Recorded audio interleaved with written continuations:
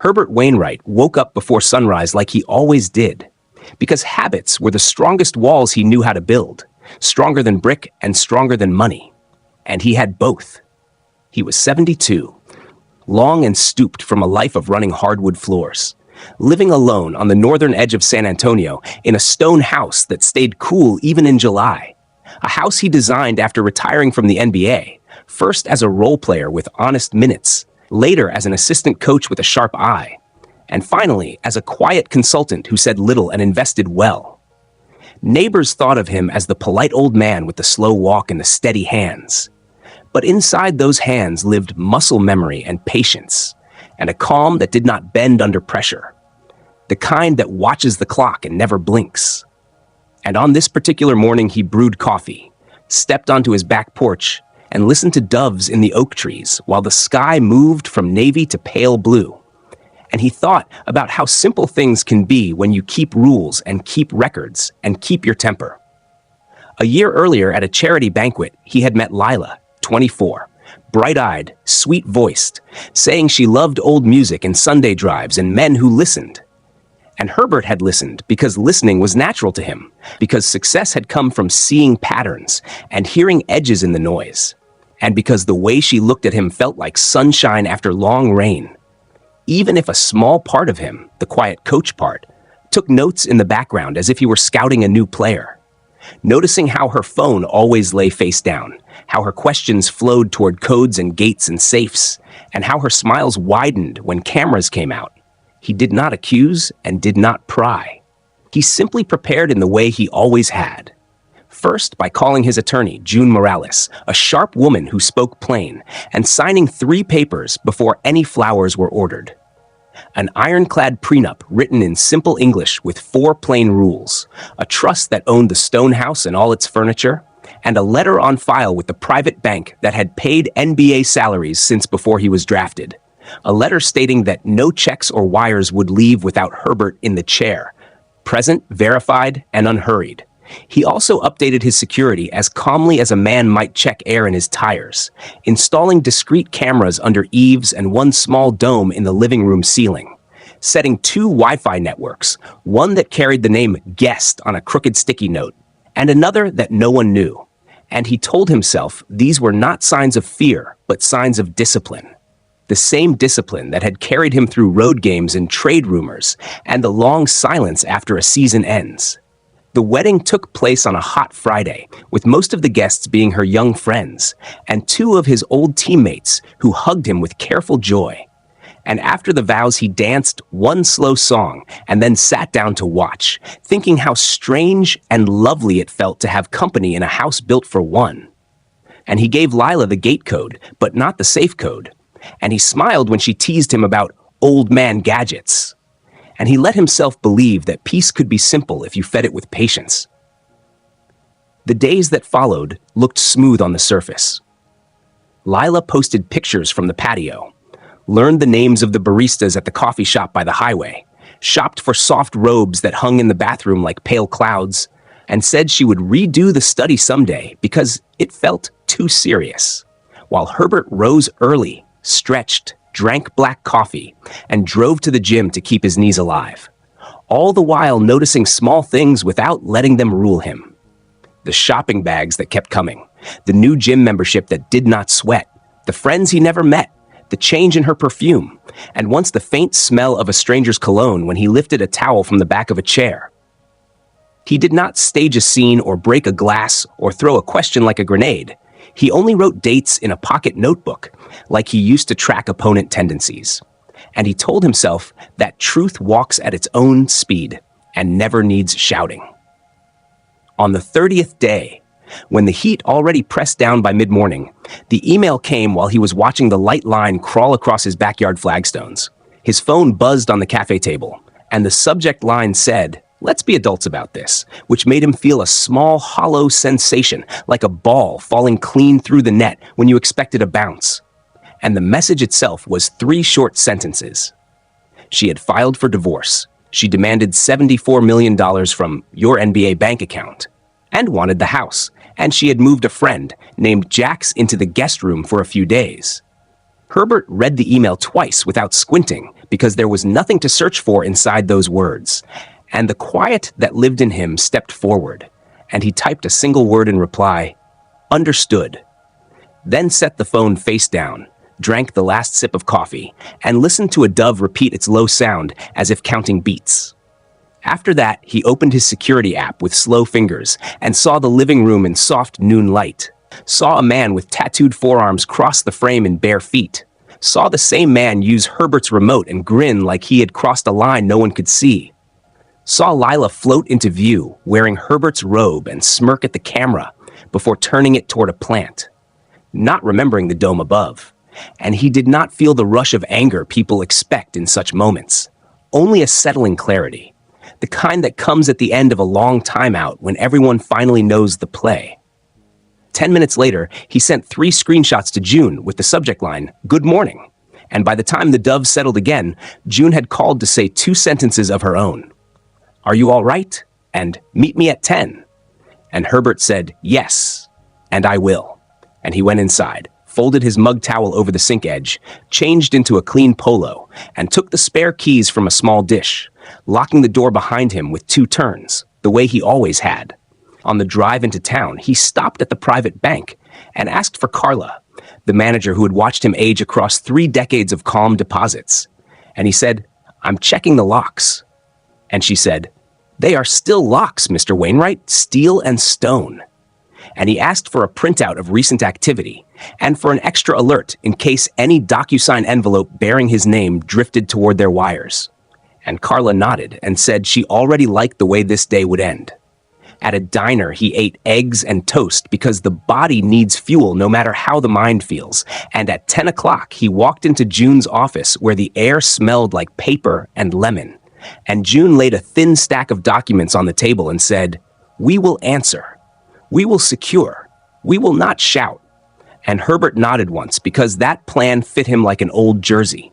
He left the office at noon with a list of steady steps and sat in his truck in the shade of a pecan tree, thinking how people confuse quiet with weak and noise with power, and how every championship he had ever been near was built on the opposite, on silence that held, on rules that did not blink. And he looked at his phone again, at the single word he had sent, at the way it looked small and final on a bright screen. And he knew that somewhere in the stone house, a man named Jax was smiling, and a woman named Lila was telling herself a story about easy money and easy exits, and neither of them understood yet that doors can look open while being already closed, and that the old man they dismissed had been drawing this map for years with steady hands and a pencil that never snapped. Herbert parked in the shade behind June Morales' small brick office at exactly 10 o'clock. Walked in with a folder under his arm, and sat where she pointed, and the first thing she did was ask if he had eaten and if he was sleeping. He said yes to the first and probably to the second. And then they started, step by step, like laying down tape marks on a gym floor so no one would trip later. June opened her laptop, pulled up the petition Lila had filed, and read it aloud in a flat voice. The words 74 million, marital funds, and exclusive use of the residence sitting on the table like heavy stones. Then she slid a copy of the prenup across to Herbert and tapped the lines they had written months ago in calm ink. Each spouse keeps separate property, no claim on trust assets. Adultery in the first year ends support, and any attempt to sell, pawn, or transfer the other's property is grounds for immediate relief from the court. After that, she held up the recorded deed of trust that owned the stone house, the one Herbert set up before the wedding, with the house in a trust for his foundation and a life estate for him. And she said very simply, "The house is not community property, and we will make that obvious today." Herbert nodded once and placed his own items on the desk. A flash drive with camera clips from the living room dome, screenshots showing a tattooed man in his robe, and a small notebook with dates and times for the last 30 days. June scanned the screenshots, raised one eyebrow at the stranger's feet on Herbert's rug, and said, "Good, we do not need to argue feelings when we can show pictures."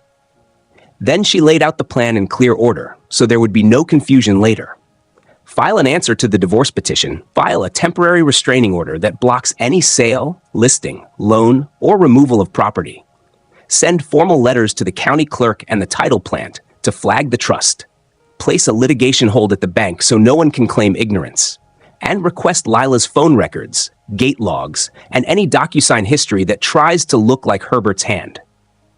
Herbert asked short questions, not to fight the plan, but to understand it the way he had always learned plays. How long for the judge to sign? Who serves the papers? Do I go home? And June answered in the same steady tone, likely today, the constable will serve. And no, you do not go home, not yet. We do not give them a scene to twist. When the clock struck 11, June's paralegal printed the motions and exhibits, and Herbert signed the necessary affidavits with his slow, careful script. Then he stood, shook June's hand and said, no shouting, and she smiled and said, only paper. After that, he drove to the bank and asked for Carla at the private desk. And when she came out with her neat bun and her soft voice, he said, I think someone will try something loud. And she said, they can try. Nothing leaves without you in a chair. And he asked for fresh alerts on any wire request, any new signer, and any change to mailing addresses. And Carla set them while he watched, and she printed a letter for him to sign that told their fraud team to hold any DocuSign envelope with his name until they spoke to him live on a recorded line. He thanked her, walked out into the noon heat, and checked into a simple hotel near the Riverwalk under his middle name, because June had said it was better if Lila did not know where to find him. Across the afternoon, he ate a sandwich he barely tasted, opened his security app, and watched his own living room in quiet light, saw Lila walk in wearing his robe again and turn the wall camera toward a plant, not seeing the ceiling dome. Saw the young man with tattoos sit with his feet up and laugh at something on the television. And Herbert took a breath that moved all the way to his stomach and then sent the clip to June with one line. This should help. And 5 minutes later, she replied, it does. By late afternoon, the constable had served the temporary restraining order at the Stone House, and a scanned copy with the judge's signature hit June's inbox at 3:37 p.m. and at 3:49 p.m. Carla called Herbert's phone with the first alarm of the day, an attempted wire for $150,000 to an LLC with the boyfriend's nickname in it, submitted through an electronic signature packet that said urgent household expenses. And Carla's team had blocked it per Herbert's standing rules. Herbert told her to hold the packet for law enforcement and to keep the system on high alert. Then he texted June, who replied, good, that is evidence, not an emergency. Evening came on, and with it a push notification from his security app, showing a man in a blazer stepping through his front door with a tablet and a smile, and Lila walking him from room to room, pointing at fixtures, talking too fast. And when they stood in the study, the ceiling mic caught the words, quick cash buyer, and owner travels a lot. And the man asked if all owners had signed, and Lila said yes in a voice that tried to sound bored. Herbert saved that clip too and sent it along. Then he set his phone on the hotel nightstand and opened his pocket notebook to build a timeline clean enough for a judge or a jury. Day 1, wedding. Day 30, email with let's be adults. Day 30 plus 1, attempted wire. Day 30 plus 1, listing agent tour. He listed times to the minute because he knew how clocks change stories. Sleep came in stops and starts, but he forced his eyes closed each time and counted breaths like free throws, in, out, until the night ended and the light returned. In the morning, June called and said the county clerk had posted the trust notice in the public records, and the title plant had put a bright red flag on his address, which meant no title company would touch a deed or listing without June's confirmation. And the judge had added a line to the temporary order forbidding any unrelated adult from staying in the home, which meant the constable could remove the boyfriend if he was still there by evening. Herbert thanked her and stayed off the roads that led near his house, because the plan only worked if he did not feed anyone a confrontation. And he sent a short text to his contractor asking for a quote to repaint the study. When my lawyer says we're clear, the kind of simple future note that kept his mind from chewing on old thoughts. Around noon, Lila finally texted him for the first time since her cold message, writing, "Why are you doing this? We can talk like adults." And Herbert read it in silence and set the phone down without answering, because he had already said the one word he meant, understood. And everything else now belonged to paper, dates, and rules. At 3 a second, bank alert fired for a smaller attempted transfer using a shaky version of his signature. And Carla's fraud team matched the strokes against his driver's license and flagged it as likely forged. And Herbert asked her to preserve the metadata in case the district attorney wanted it. By 4, the constable had logged a visit at the house and left a notice on the front door about the order. And a neighbor who liked to wave from her mailbox called June to say 2 patrol cars had stopped for a few minutes and then left. And June sent Herbert a simple text. "Tarot is working." And he felt his shoulders ease a little for the first time in 2 days. Near sunset, he walked along the river past families and runners and thought how often people mistake quiet for surrender. And he reminded himself that in tight games you win by hitting the simple shots and taking away the obvious lanes. And that was all he was doing here. Keeping the ball, using the clock, and letting the other side make the kind of mistakes that explain themselves to any judge who cares to read. The morning after the Riverwalk, Herbert woke to a text from June that said, "Court set your temporary hearing for Friday at 9 a.m. Today, we build the record." He showered, dressed in a clean polo and pressed jeans, and drove to her office with the folder he kept adding to. Printouts from the bank, security screenshots, the little notebook with dates and times.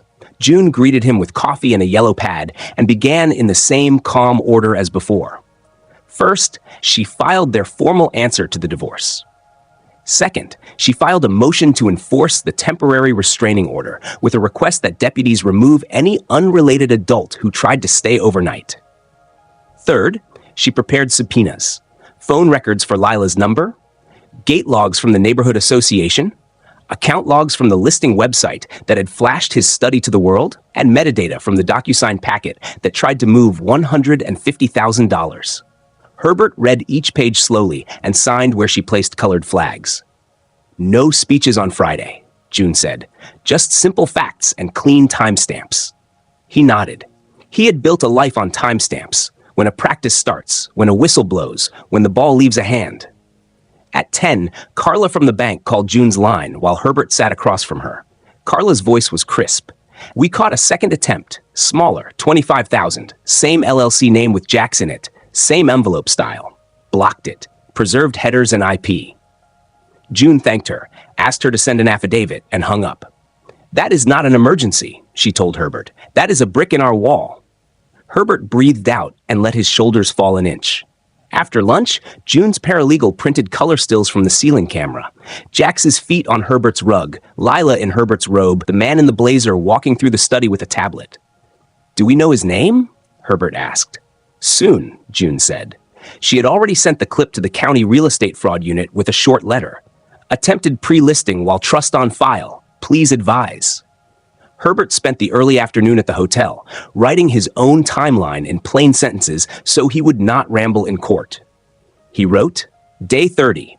Lila emailed at 6:12 a.m. asking for $74 member dollars, said a friend moved into guest room." And Day 31. Attempted wire blocked. Man with tablet walked house. Lila said cash buyer and owner travels a lot. He kept the lines short and clear because that was how his mind stayed steady. Near 3 o'clock, the security app pinged. The living room showed late sun on the floor and Jax dragging a black duffel toward the hallway. He looked up, saw the ceiling dome at last, and stood on a chair to throw a towel over it. The picture went gray.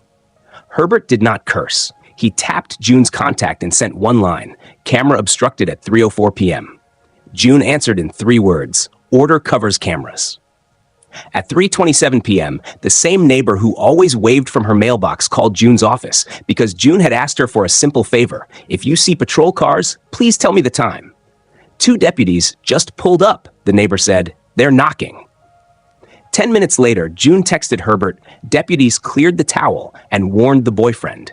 If he sleeps there, he violates and we remove him." Herbert thanked her and set the phone face down.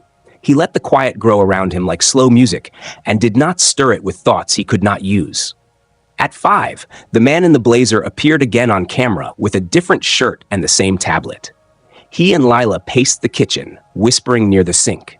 The ceiling mic picked up a few words. "List tonight, He'll fold. Cash offer. And Herbert forwarded the clip to June with the subject, more of the same. June replied with a single sentence, "Good, they keep helping us." Around dinner, Carla called Herbert directly. "One more item," she said, almost apologetic. "Someone submitted a change of address form on your investment account to a short-term rental downtown and a request to add a spousal point of contact named Lila Wainwright, both blocked by our standing letter. We pulled the rental's front desk camera and confirmed Lila picked up a guest envelope this morning." Herbert thanked her for calling, wrote the time down, and asked her to send a certified letter stating what the bank had blocked. "Already in the mail," Carla said. "Steel and stone." After the call, Herbert walked to the hotel window and watched the blue evening grow. He did not feel angry. He felt like a coach watching a team take bad shots against a set defense. The basket was the same size for everyone, only the choices were different. He ate a bowl of soup in the lobby and went back to his room. The security app pinged once more at 9:18 p.m. The camera showed Jax on the sofa, shoes on, snoring with the television flickering. At 11:07 p.m., it pinged again as Lila came home with a white paper sack and a drink carrier. She stood under the ceiling dome and looked up at it for a long time. "I see you," she said, not loud, not soft. Herbert saw her lips form the words and then watched her turn off the lamp and the room go dark. Morning arrived with a cooler breeze. June texted, "Fraud unit called. Blazer Man is a licensee named Daniel S. They sent him a hold notice. Do not touch this property. They also pinged his broker."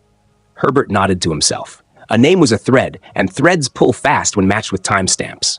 June added, "Constable wants a sworn statement from you about the camera towel. I'll draft and send for signature." Herbert replied, "I'll be here all day."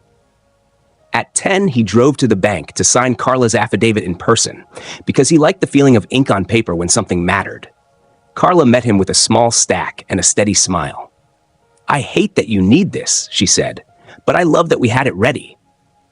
He signed, thanked her again, and left by the side door to keep his routine quiet.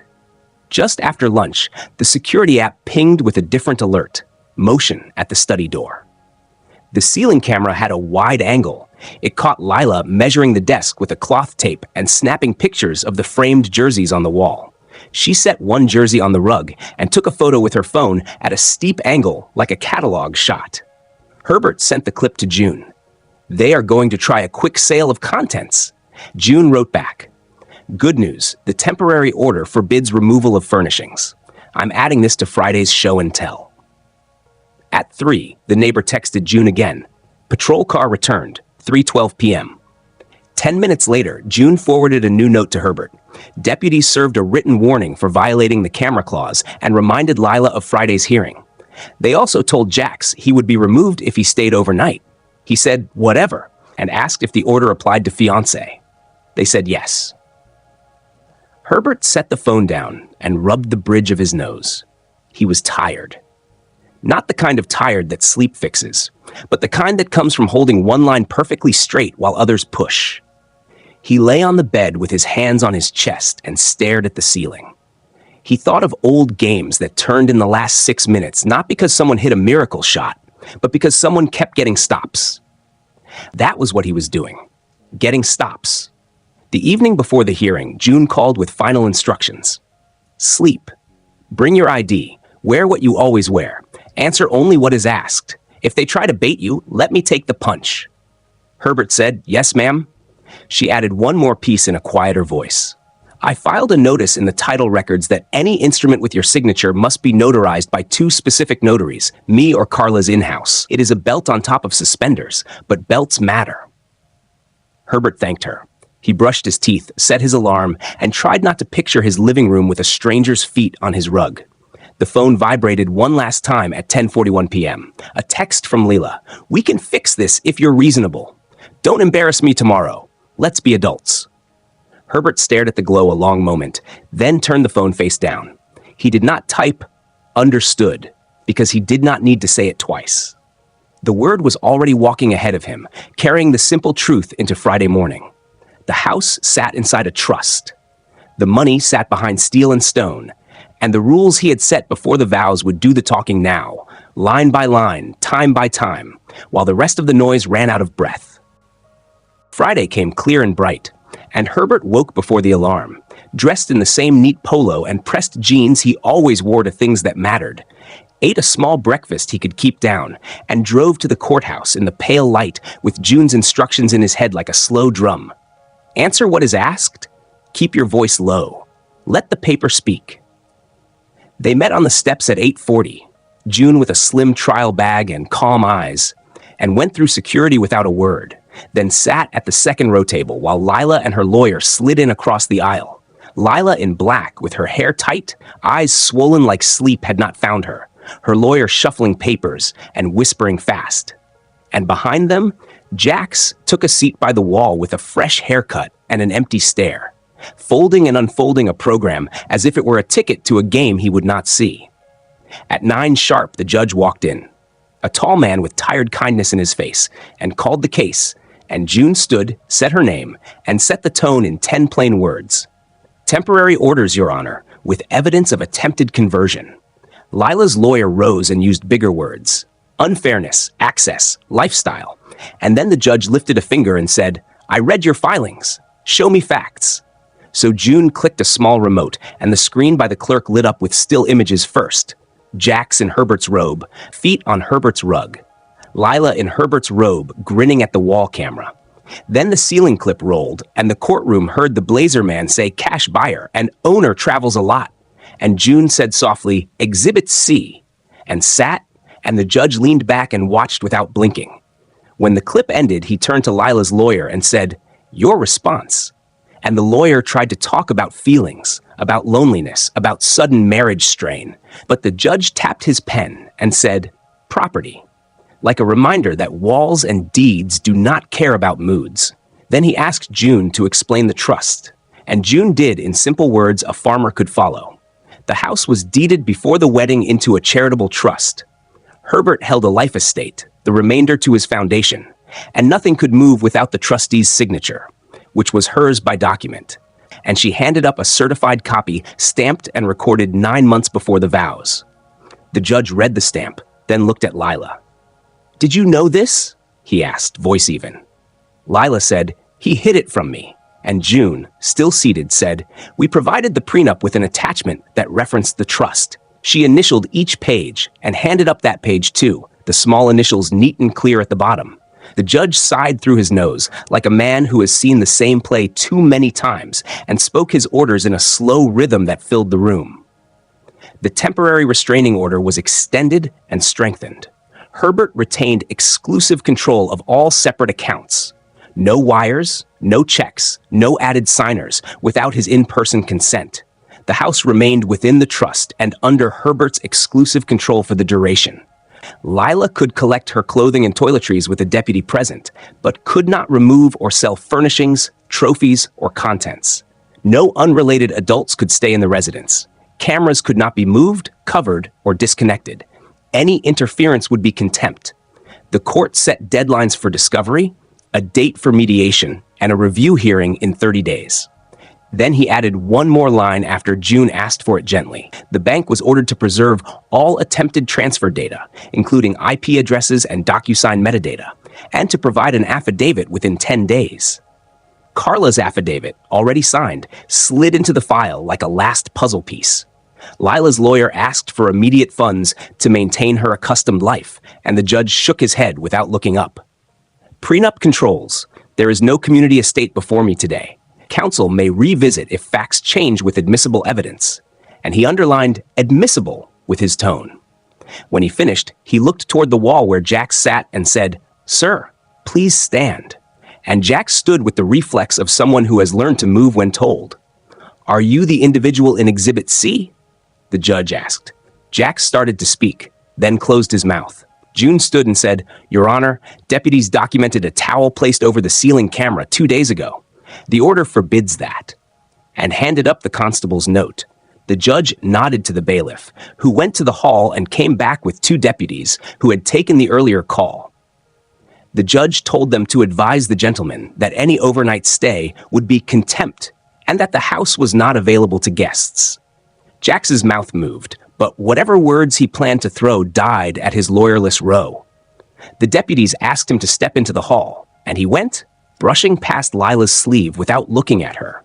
The hearing moved to fees, and June asked for a small award to cover the emergency motion cost, and the judge granted it, not large, but a line in a record that would matter later. He also signed an order for the real estate board to be notified about Daniel S., the licensee in the clip, and told the clerk to send the recording to the board's enforcement unit for review. When the judge stood to leave, the room relaxed like a gym after the final horn, and June packed the remote and her pen and said, "Breathe." And Herbert did, slow and steady, because the play had worked.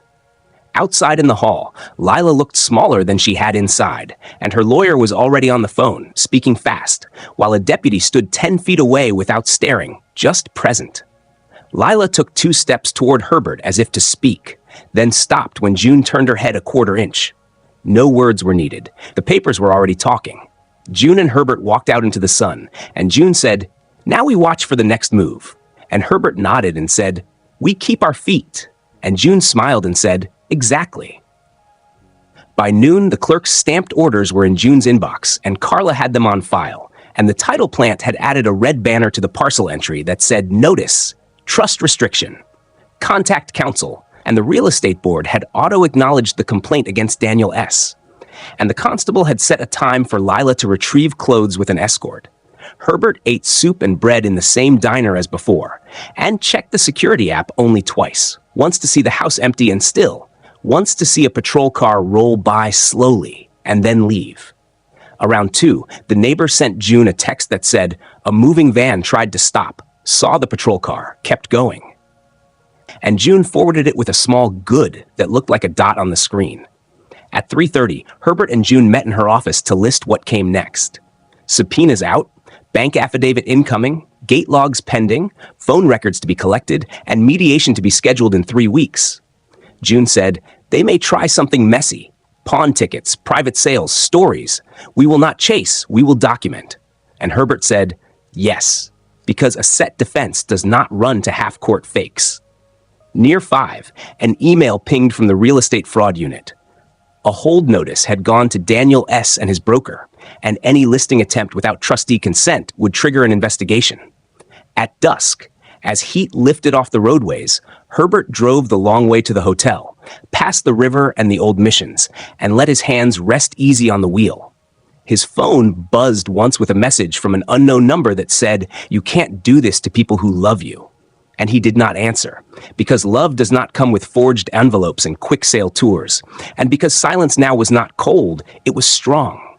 He parked, carried his small bag up the stairs, and sat by the window while the sun slid behind the line of oaks, and he felt mystery in the quiet, not the kind that scares, but the kind that holds its breath before a truth steps out. Lila had thought the door was open and the vault was soft.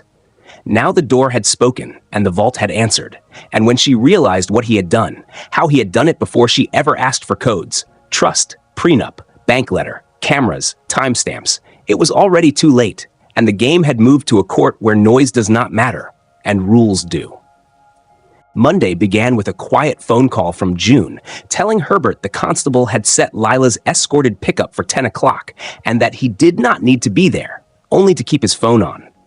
Herbert ate oatmeal, put his cap on, and drove to the bank to sign one more affidavit from Carla. This one confirming the second block transfer and the metadata that showed the DocuSign packet was sent from an iPad on his guest Wi-Fi at 3:41 p.m. 2 days earlier. He signed, thanked her, and sat in his truck across from the stone house at 9:55, not in front, not close, just far enough to see the driveway and the street without being seen from the porch. At 10 sharp, the constable's Tahoe rolled up, and Lila stepped out of a rideshare with 2 suitcases and a tote, hair pulled into a tight knot, sunglasses on even in the shade. Jax idled in a dented pickup down the block, arms on the wheel, music thumping low. The deputy read the order in a steady voice and unlocked the door, and Lila went in with him, while the other deputy stayed by the steps, hands relaxed near his belt. Herbert watched the top edge of the living room through the ceiling camera on his phone, saw Lila scan the room, saw her look up at the dome again with that long, searching stare, then move toward the guest room. The deputy walked with her, pointing to the line in the order about clothing and toiletries only. No furnishings, no trophies, no electronics. And she nodded and said she understood. 10 minutes later, she rolled one suitcase out and then tried to carry a framed jersey from the study, the one with Herbert's rookie number, and the deputy shook his head and held out a hand for the frame. She argued for 30 seconds, voice rising, then lowered it, set the frame down, and took the suitcase to the porch. She made 3 more trips for shoes, dresses, and a box of makeup. On the last trip, she paused in the kitchen, put her hand on the blender, then let it go when the deputy cleared his throat. Outside, the idling pickup crept forward and then stopped when the deputy on the steps raised a palm. Lila signed the acknowledgement of receipt, did not look back, and slid into the rideshare without waving. The constable locked the door, hung a copy of the order inside the entry, and left. The house settled again into the kind of stillness that made Herbert's shoulders drop. At noon, June called with 2 updates. The listing site had sent back logs showing that an account registered to Daniel S. had uploaded 3 test photos of Herbert's study 4 minutes after the tour video, and the real estate board had placed a hold on his license pending review. Then Carla patched in with her team's affidavit, a clean page that listed the 2 blocked wire attempts, the exact IP addresses, and the note that the envelope had been addressed to Household Operations Urgent, which made June hum and say, that title will not age well in front of a judge. During the afternoon, Herbert stayed at the hotel and added each new piece to his timeline. Date first, then time, then what happened, like a scorebook that would be read aloud. Near 3 o'clock, his security app pinged again, a motion alert from the study, and the camera showed a stranger in a polo and jeans holding a tape measure, head tilted at the framed jerseys. Herbert frowned and zoomed in. June's number lit his screen before he could dial. Title plant flagged a man at your door, she said. Claims he has a pre-listing access code. Constable en route. And the clip ended with the stranger backing out of the room when he heard footsteps mumbling, "Wrong house," to the deputy who stepped in from the hall. June sent a short follow-up by text, "Good for us," and filed a supplemental notice attaching the new clip. Around 5, the neighbor who liked to wave sent June a message that a tow truck had hooked Jax's pickup 2 blocks over, and by 6, Herbert saw a city patrol car's dash lights wash blue and red across his front wall for a moment and then slide away. June called at 7 with a calm voice and 1 more brick. Public records show Jax has 2 shoplifting priors and a missed court date. Not our case, but it explains the tow and the police. And Herbert said nothing for a long second, then thanked her and returned to his soup. Tuesday brought slower air and an email from the district attorney's real estate fraud unit asking for consent to obtain a copy of the full cloud archive from Herbert's camera vendor, which June granted with Herbert's signed letter. By noon, June had the gate logs from the neighborhood association, a neat sheet that showed Lila's code used at 1 to 12 a.m. 3 different nights after the hearing, and a visitor code entered at 7:58 a.m. the morning of the attempted listing, which matched the Blazer man's arrival in the clip. June smiled without showing teeth and said, "Patterns tell stories," and Herbert added the times to his timeline. At 2, Carla's bank sent a certified letter to June's office, confirming that they had preserved the DocuSign headers in a sealed packet, and June scheduled a courier to pick it up for her secure file. At 3:30, a message popped into Herbert's phone from a number he did not know, offering to buy any vintage jerseys and rings for cash, no questions asked, and June told him not to answer because people sometimes tested boundaries that way to see if a door would open. Near dusk, the pawn shop on Culebra called Herbert by name and asked politely if he wanted to reclaim a ring that looked like it belonged in a frame, because the store had seen a bulletin and scanned a serial number, and Herbert paid the small hold fee over the phone to keep the clerk whole when the police came to collect it as possible stolen property. Wednesday began with June's paralegal stacking color copies of every still and timeline page into a binder marked Temp Hearing, Supplement, even though the hearing had already passed, because June liked to prepare for the review in 30 days as if it were tomorrow. At 10, the real estate board emailed to say they had opened a formal case against Daniel S. and had notified his broker of a potential violation. An hour later, a message from Lila hit Herbert's phone. "I'm scared. I didn't know what he was doing. Can we meet?" And June reminded Herbert of her rule. No meetings, no calls, all communication through counsel. Herbert typed, "Please go through June," and sent it. And 2 minutes later, Lila's lawyer emailed June asking for a temporary stipend to avoid hardship, which June answered with one sentence. "Prenup controls. Propose a global settlement if your client wishes to end this cleanly." And she attached, without comment, the clip of the ceiling camera catching the towel, the blocked wire affidavit, and the gate log. Thursday brought a quiet surprise when the county clerk recorded June's notice that any instrument with Herbert's signature must be notarized by June or Carla's in-house notary. A belt-over-suspenders move that made Herbert feel the floor under his feet. That afternoon, the security app pinged one more time, and the camera showed an empty living room, and then Lila stepping in alone, setting a small cardboard box on the coffee table, and speaking up at the ceiling dome. "I'm leaving these. I can't sell them."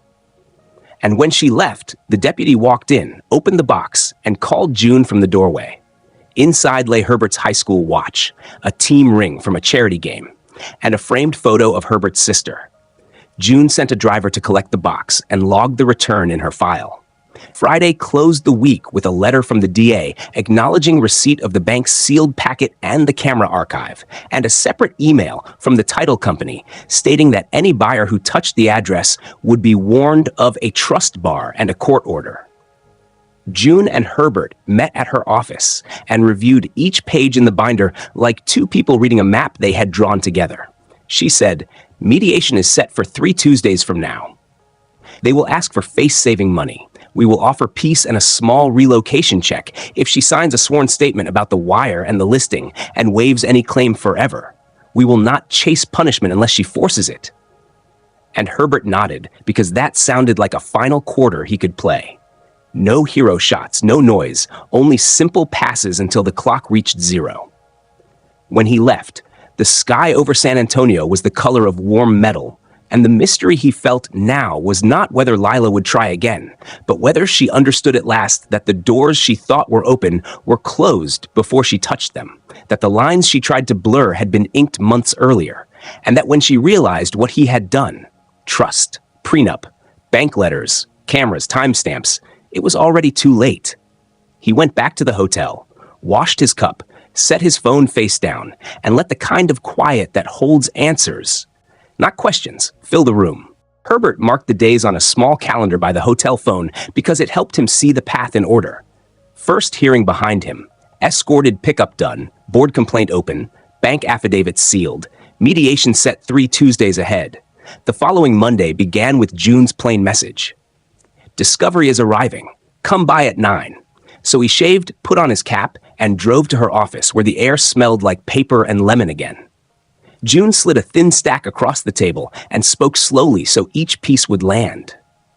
The neighborhood gate log showed Lila's code used after midnight 2 more times, and a visitor code created at 7:56 a.m. on the morning the Blazer man walked the rooms.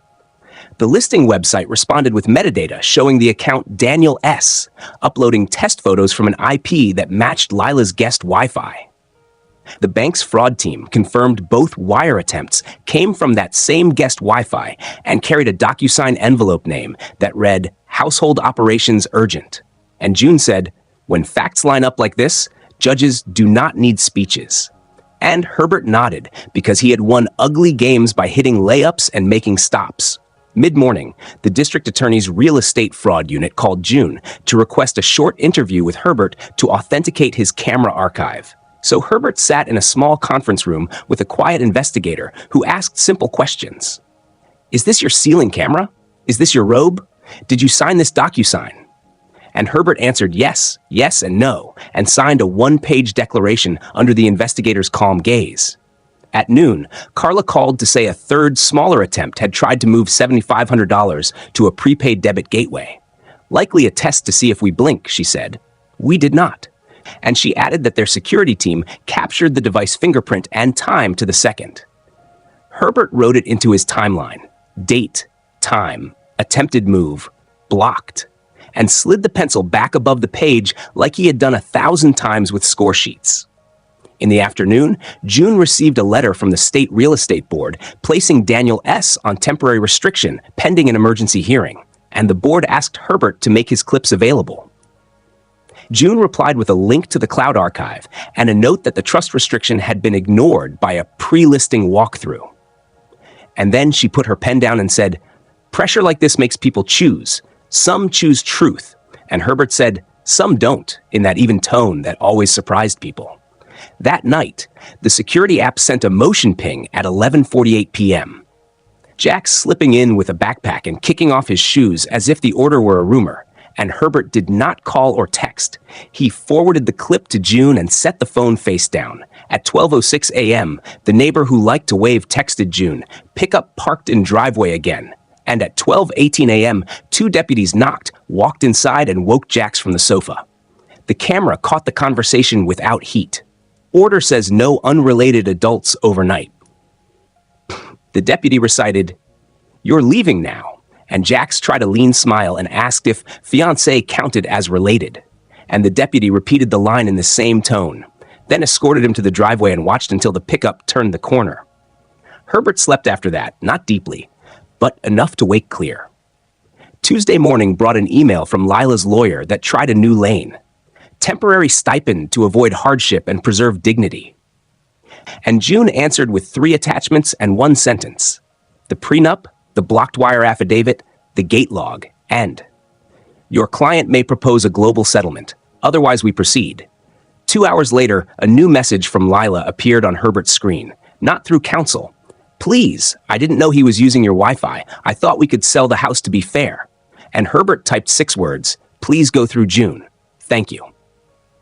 And set the phone down. Around lunch, the pawn shop on Calibra called to say the police had picked up the ring. Herbert paid to hold, and that it matched an item number in a file. June had already opened under attempted conversion, and the clerk thanked Herbert for fronting the appraisal fee, so the shop was not out even $1. In the afternoon, a courier delivered the sealed packet from Carla's bank to June's office, and June logged it with a date stamp and slid it into a red folder marked "Preserve, open only by court order." Then she called Herbert and said, "Steel and stone," and he said, "Always." Wednesday afternoon, June received phone records that showed clusters of calls between Lila and Daniel S.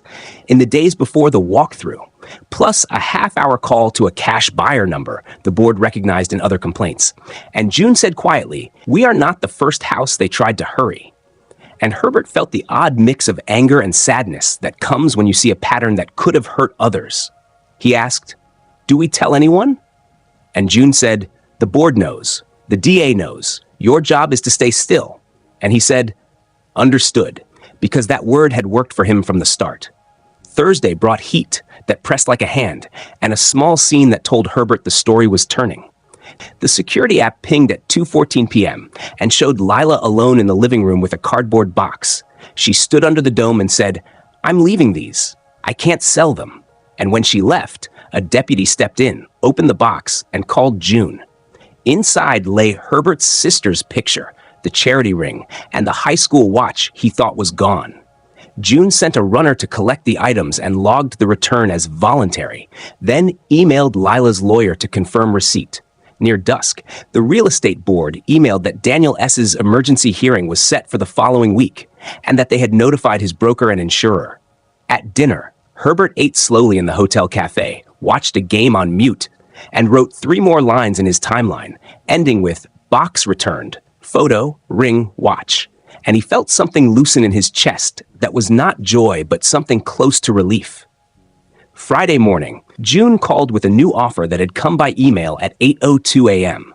Lila proposed a settlement: no claim to the house, no claim to Herbert's separate accounts, no spousal support, but asked for transition funds in exchange for no criminal referrals. And June said, "We don't barter on crimes. We can agree not to push, but we won't trade silence. Also, the DA is already involved." And Herbert said, "What do you suggest?" And June said, a simple, clean exit, a small relocation stipend, 3 months' rent, contingent on a sworn statement admitting the DocuSign attempt and the listing walkthrough, and a permanent waiver of claims. Anything less, we keep walking to mediation. And Herbert said, yes, because simple exits work when the lead is safe. By noon, June had sent the counter, and by 3, Lila's lawyer replied with red lines that tried to soften the sworn statement to clarification, which June rejected with one word, no, and a citation to the judge's file. That evening, Herbert's phone buzzed with a short text from Carla. FYI, attempted check order to a P.O. box blocked, followed by an image of the order form with a shaky version of his signature, and Herbert felt gratitude for the stone and steel rule as if it were a person. The weekend passed with fewer pings than the week before. Only a motion alert that turned out to be sunlight moving across the living room carpet, and the neighbor's note that a real moving van drove past the house without stopping. On Sunday, Herbert walked along the river and counted the ducks for no reason except that counting steadied him. Monday arrived with an email from the DA thanking Herbert for his cooperation and advising that Daniel S. had requested a lawyer. An hour later, June forwarded a note from the real estate board's investigator saying other complaints had surfaced about cash buyer shortcuts using the same buyer number that appeared in Lila's phone records. Your case may help close a loop, the investigator wrote. And Herbert sat with that sentence and thought of all the times he had told younger players that a single good play in a late game could change the room. That afternoon, Lila's lawyer wrote to confirm she would attend mediation and that she wanted privacy and speed. June replied that privacy was built in and speed belonged to the truth. Herbert spent the evening cleaning his glasses, lining up his papers, and reading his timeline from the first line to the last. He did not feel triumph. He felt ready. The mystery now was not whether the doors were closed. He knew they were. But whether Lila would walk through the only open one with honesty or try to find a wall that would act like a door. When he turned off the lamp, his phone lay dark on the nightstand, no more pings. And for the first time since the subject line, "Let's be adults about this," landed in his inbox, he slept through the night without waking. Mediation day came with light rain on the loop around downtown, a thin curtain that made the streets shine. And Herbert arrived 10 minutes early because being early was part of how he kept steady. The office was on the 8th floor, glass and carpet, and a quiet receptionist who offered coffee and a pen to sign a single line that said present. And June met him in the hallway with that same small nod that meant the plan had not changed. The mediator was a gray-haired man named Foster, who spoke in a low voice and shook hands without squeezing, then led them into a room with a long table, 2 pitchers of water, and a box of tissues that someone always placed out of habit. Foster explained the process in simple words. Opening statements short and calm, then separate rooms and back and forth until either a deal or daylight. And Herbert listened with the patience of a man who had sat through many pre-game briefings. Then he said he understood and folded his hands on the table. Lila came in with her lawyer at 9 on the dot, hair straight, makeup light, a small tremble around her mouth that did not match the hard line of her jaw. And she glanced at Herbert once as if to check that he was real. Then sat across from him and looked at the water pitcher like it could explain the weather. Foster asked for opening words, and June spoke first, as promised. No flourish, just the structure. A marriage of 1 month, a recorded trust for the house, separate accounts built over decades, a prenup that both parties initialed, a boyfriend moved into the home, 2 attempted wires blocked by the bank, a pre-listing walkthrough caught on camera, and the proposal, a clean exit with a small relocation stipend equal to 3 months reasonable rent. No claim to the house or accounts, a permanent waiver, and a sworn statement admitting the DocuSign attempt and the listing walkthrough. Lila's lawyer spoke next and tried to soften the edges with words like confusion, youth, and influence. And he said his client wanted dignity and privacy, and an acknowledgement that mistakes were made on both sides. And Herbert watched the man's hands as he talked, because hands tell truth when voices dress it, and those hands trembled when he reached for the pen. Foster nodded, set the ground rule again. No shouting, no blame, only steps. and then split them into separate rooms, promising to carry offers the way a referee carries the ball to midcourt. Herbert and June moved to a smaller room with a window that showed the gray line of the river, and June opened her legal pad and wrote the number they had discussed. 3 months' rent at a modest one-bedroom, paid to a landlord, not to Lila, upon receipt of keys and the sworn statement.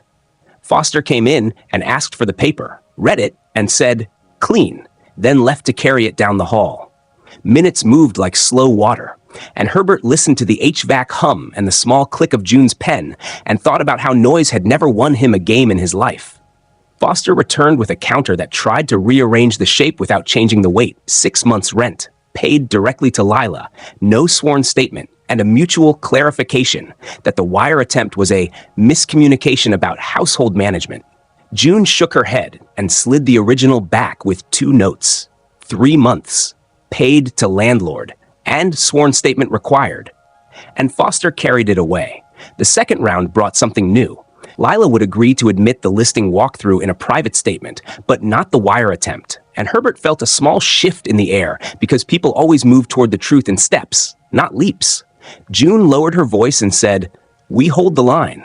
And Herbert said, "Yes." And they sent Foster back with the same terms. While they waited, June's phone buzzed on silent with an email from the real estate board. Daniel S. had accepted a temporary suspension pending a full hearing and had agreed to cooperate with investigators about cash buyer practices. June showed Herbert the subject line and said, "Pressure finds seams," and Herbert nodded once. The third round came with a softer face. Lila's lawyer asked if the sworn statement could be limited to the facts. No adjectives, no apology, just I attempted to authorize a wire using his electronic signature, and I permitted a walkthrough with a licensee without the trustee. And June said, "That is exactly what we want." And Foster smiled at the table like a teacher pleased when students finally read the instructions. They broke for 10 minutes, and Herbert stood at the window and watched the rain thin to a mist and then stop. And when he sat again, June said, "If they agree to pay the last utility bill and return any keys and codes, we're done." And Herbert said, "Add the no contact clause except through counsel," and she wrote it in neat blue ink. The next round brought acceptance in pieces. Lila would sign the sworn statement and the waiver, surrender any claim to the house or Herbert's accounts, return keys, delete codes, and agree to no contact outside counsel. And in exchange, Herbert would pay 3 months' COV, rent directly to a landlord within 10 days of receiving the keys and the statement. "One more ask," Lila's lawyer added, "mutual non-disparagement." And June looked at Herbert, and he nodded, because he did not need to say one more word about any of this to anyone. Foster drafted a short-term sheet while the teams waited, and when he brought it in, June read each line out loud with the care of a person reading a map in fog. Settlement in full, no future claims, sworn statement attached as Exhibit A, payment routed to a named landlord, keys to be surrendered at the constable's office within 72 hours. Any violation puts the agreement back in the court's hands. Herbert signed his name with the same careful script he used on score sheets. Lila and her lawyer came in for the final moment, and Lila took the pen, looked at Herbert one time, not angry, not defiant, just tired, and said, "You were kind?" And Herbert said, "I was clear." And she nodded and signed. Foster collected the signatures, shook hands, and told them he would file the mediator's report before close of business. June gathered her pad and the copies and led Herbert to the elevator without looking back, because looking back was not part of the plan. In the lobby, June said they would file the agreed order with the court as soon as the sworn statement arrived and the keys were dropped. And she reminded Herbert not to speak to Lila if she tried to reach out. And Herbert said, "Understood," and felt how that word had carried him from the first email to this quiet lobby. By late afternoon, the sworn statement hit June's inbox as a PDF, signed and notarized, a plain paragraph that said Lila had attempted to authorize a wire using a DocuSign packet on Herbert's guest Wi-Fi and had allowed a pre-listing walkthrough without trustee consent, and that she withdrew any claim to Herbert's property. June forwarded it to the DA with a note, "Victim declines to push charges, your discretion," and to Carla so the bank could close its alert file. An hour later, a constable at the substation near the house called to confirm a key drop scheduled for morning. And June set a calendar note and sent the landlord details for the stipend payment once keys were verified. Herbert sat in the hotel cafe with a bowl of soup and felt the muscles in his jaw finally loosen, not because he had beaten anyone, but because the line had held and the noise had faded. At dusk, Carla texted, "All attempted activity now quiet. Steel and stone." And June sent a short message, "Agreed order tomorrow." And the neighbor who liked to wave wrote a cheerful line, "Saw a small car drop a key at the station. Seemed polite." And Herbert smiled into his soup. He walked outside when the rain smell lifted and stood under the gray sky that was turning the color of pewter, and a small mystery still sat in the air, the kind that asks why people choose shortcuts when the road is open. But it was no longer his problem to solve. He had kept his peace, kept his rules, and kept his word. And when Lila finally saw the full pattern, the trust that could not be moved, the prenup that did not shout but did not bend, the bank that waited for him in the chair, the cameras that remembered, she had realized what he had done, and it had been too late to change it. So she had taken the only open door left, a clean exit with her name on it, and her hands empty of his things. The next morning began with a call from the constable confirming that a single brass key had been dropped at the substation just after 8. The tag handwritten with "front door" in neat block letters. And June said she would file the agreed order as soon as she had proof of receipt. By 9:30, the clerk's stamp landed in her inbox, and she forwarded it to Herbert, to Carla at the bank, and to the title plant, and each replied with the same calm word in their own way. Carla wrote "closed," the title examiner wrote "restricted, no activity," and June wrote "done." Herbert drove to the house with a deputy behind him, unlocked the door, and stood for a long moment in the quiet that felt different now, not like a held breath, but like a room after a concert when the last note fades and your ears ring softly. He walked through in slow circles, touching nothing at first, taking stock. The robe on a hook, the ringed watermark on a coaster, a faint scuff on the study's baseboard where the tape measure must have bumped, the tiny screw on the living room floor that had fallen from the ceiling dome when someone tugged the towel. He picked up the screw and set it on the entry table, then opened windows until the house filled with late summer air and birdsong. And he made a list on a yellow pad. Change codes, change interior locks, have cameras re-aimed, schedule paint for the study and the hall. The deputy waited at the porch rail, tipped his hat when Herbert said he had what he needed, and left. Herbert brewed coffee in his own kitchen and sat at his own table and felt the small ache in his chest quiet down to a dull, manageable pulse. At noon, he met a locksmith who worked quickly and without chatter, then a painter who took measurements and said he could start Monday, then a cleaning crew who moved like a small orchestra, each person knowing where to be. Carla's text came at 1:30, confirming the bank had closed the fraud alert file with the PDF of Lila's sworn statement attached. Steel and stone, as promised. And Herbert replied with a simple, "Thank you, Carla," because he liked to name people who had helped him. Mid-afternoon, the real estate board emailed June that Daniel S. had surrendered his license pending a full hearing and agreed to cooperate with the state about cash buyer schemes. And June forwarded it with the subject, "For your records," then added, "DA may still call. You are a helpful witness, not a target." Herbert read the line twice, then set the phone down and put on work gloves to carry a stack of empty boxes to the garage. He found the framed photo of his sister on the coffee table where he had left it for himself to see, and he hung it in the study at eye level, stepped back, and nodded once. Evening slid in pale and unhurried, and he turned off the house lights in order from front to back the way he always did when life made sense. The next weeks moved in straight lines. The painter finished, the crew deep cleaned, a handyman fixed the baseboard and replaced the tiny screw, and June filed a short notice with the court that all terms were complete. Keys returned, statement signed, payment made to a downtown landlord for 3 months' rent. And the judge signed the agreed final decree with a thin blue pen. Herbert slept in the stone house again without waking to the ping of a motion alert or the low thrum of worry. And in the mornings, he drank coffee on the porch while the doves sounded like they had before all the noise. 2 months later, he decided the house no longer fit him. Not because it held ghosts, but because peace, once recovered, asks for smaller rooms. He listed the property through a broker, June trusted, one who read the trust, shook Herbert's hand, and said, "We'll do this slow and straight." And 4 weeks later, a retired teacher and her husband bought it for the exact price that made sense. No rush, no games. And Herbert signed at the title office with the same careful script that had followed him from score sheets to court filings.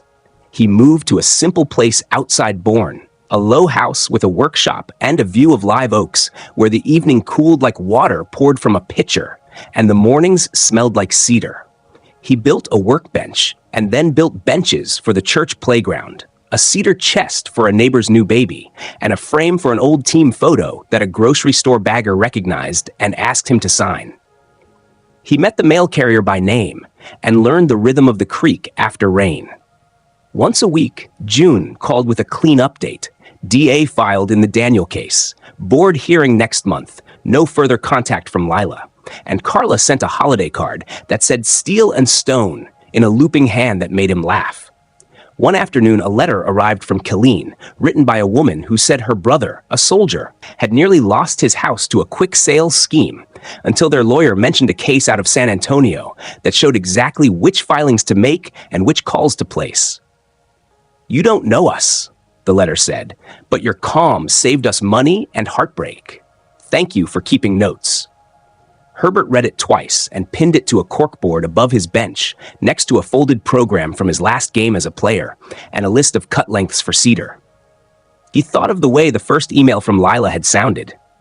Let's be adults about this, and how the one word he had sent back had done more work than a page of speeches because it was not surrender, only a promise to let the rules and the records speak.